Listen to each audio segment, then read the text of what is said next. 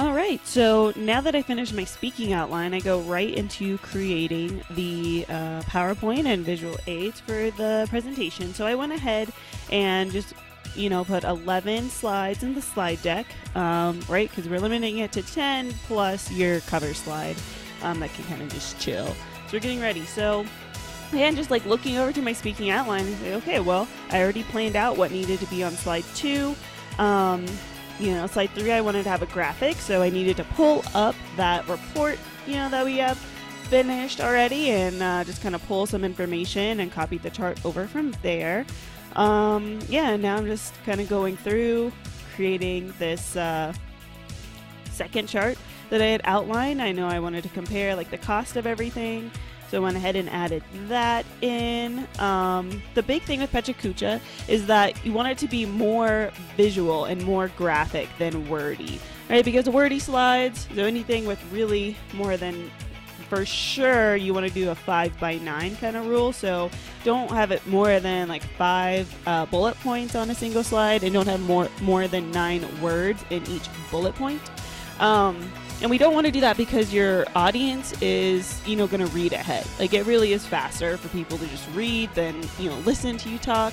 And so if you put a bunch of text on the slide, the audience is going to be distracted reading ahead of you while you're trying to talk and share. And it's going to decrease the overall comprehension and engagement of the presentation.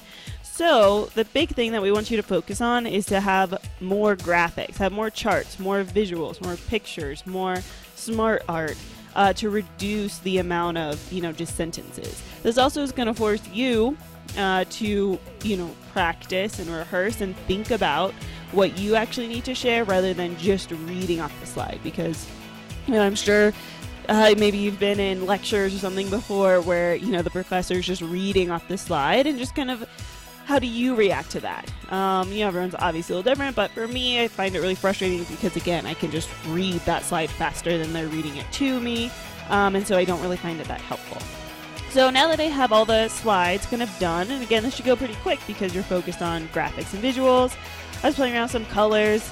I'm not a graphic designer by any means, so I'm just kind of like playing with some stuff, realize that green and yellow gradient is not good at all, so I do go back and just make that more simple, kind of change that, especially keeping in mind, our classroom, the contrast is a little bit weird on the projector, so I kind of realized like, ooh, that actually might not look so good on there. And so I just use the design ideas, but the big thing with that, because it's a really great option, especially for those of us who aren't trying to go into things like graphic design. Like, that's not what I am trying to do, I'm pretending that I am. But the design ideas can be really great to make your, PowerPoint look polished. Just make sure that you do it on blank slides first, so that way the content is there rather than trying to follow and fill in like a template that somebody already created. So now I'm just kind of going back through and saving, and you can look it over.